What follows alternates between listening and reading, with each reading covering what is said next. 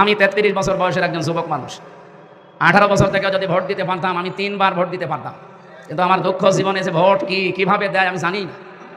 এবার এই দুঃখটা আমরা ঘোষাতে চাই। আপনারা সাথে থাকবেন না ইনশাআল্লাহ?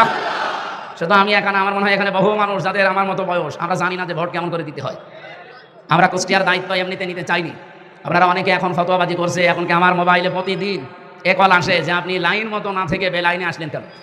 আমি বেলাইনে এসেছি মানে যে আপনার লাইন ছিল কোরআনের প্রচার করা, আপনি হঠাৎ করে এই রক্তপিচ্ছিল পথে, এই সানসাফি কুব্ধ পথে আসলেন কেন? এ পথ তো আমাদের, এ পথ আমাদের, আপনাদেরকে লিখে দিয়েছে দেশের জনগণ। আমি 25 জন নবীর দোয়া পড়েছি কোরআনে কারিমে। শুধু আদম নবী বাদ দিয়ে যতগুলো নবীর জীবনী পড়লাম, দোয়া পড়েছি, তারা প্রত্যেকেই রাষ্ট্র ক্ষমতা চেয়েছে। সুলাইমান নবী আলাইহিস সালামের নাম শোনেননি আপনারা? তিনি বলেছিলেন ক্বালা রাব্বি গফিরলি ওয়া হাবলি মুলকান লা ইয়ানবাগি লি আহাদিন মিন বাদি। তিনি বলেছিলেন, হে আল্লাহ, আমাকে মাফ করে দাও আর আমাকে এমন একটা রাজ ক্ষমতা দান করো যে আমার পরে কেউ যেন এরকম ক্ষমতা না পায়। হযরতে সুলাইমান নবীর পরে দোয়া করেছিলেন হযরতে ইউসুফ নবী।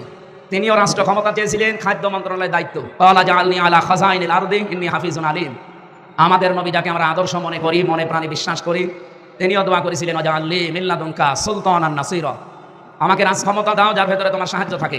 কুষ্টিয়াবাসী, আমি এখান থেকে আপনাদের যেটা বলতে চাই, এই যে 25 জন নবী তারা দোয়া করলেন, তারা কি দুনিয়া কামাই করার জন্যে? আরো জোরে বলেন।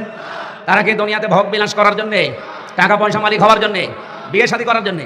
কেন? তারা রাষ্ট্র ক্ষমতা চেয়েছিলেন এই কারণে যে এই দেশে, এই পৃথিবীতে রাষ্ট্র ক্ষমতা ছাড়া আল্লাহর বিধান পূর্ণাঙ্গভাবে মানা যায় না। আমরা সেই 12 সাল থেকে মানুষকে কোরআনের দাওয়াত দিয়েছি, কোরআনের সমাজের, কোরআনের রাষ্ট্রের কথা আমরা বলেছি, কিন্তু বাস্তব অবস্থা আমরা আজ পর্যন্ত কোরআনের সমাজ কি, রাষ্ট্র কি দেখাতে পারি। আমি আমার গ্রামের বাড়ি, পাটিকা বাড়ি, হালসা ডাবিরা বেটা, আমি জেলে যাওয়ার আগে একটা রায় দিয়েছিলাম, ফতোয়া।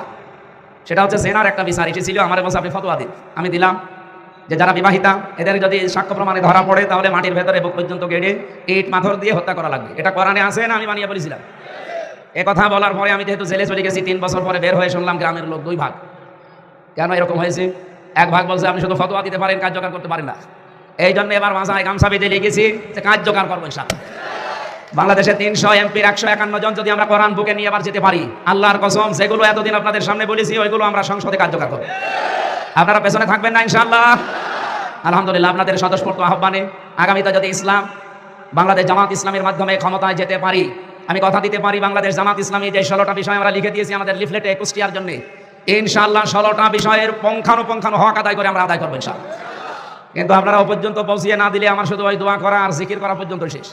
সর্বোচ্চ ফতোয়া দিতে পারবো কুষ্টিয়ার জন্য, যেগুলো করবো বলে আপনাদেরকে বলার সময় এখন, যেহেতু মাগরিবের নামাজ আর 2-3 মিনিট আছে, আমরা আমাদের লিফলেটে সব লিখে দিয়েছি, আপনাদের ঘরে, বাড়িতে, দোকানে আমরা পৌঁছিয়ে দিয়েছি এবং দেবো ইনশাআল্লাহ। আপনাদের কাছে আমার চাওয়া এবং পাওয়া শুধু সাথে থাকবেন এবং দোয়া করবেন। এই দোয়াটা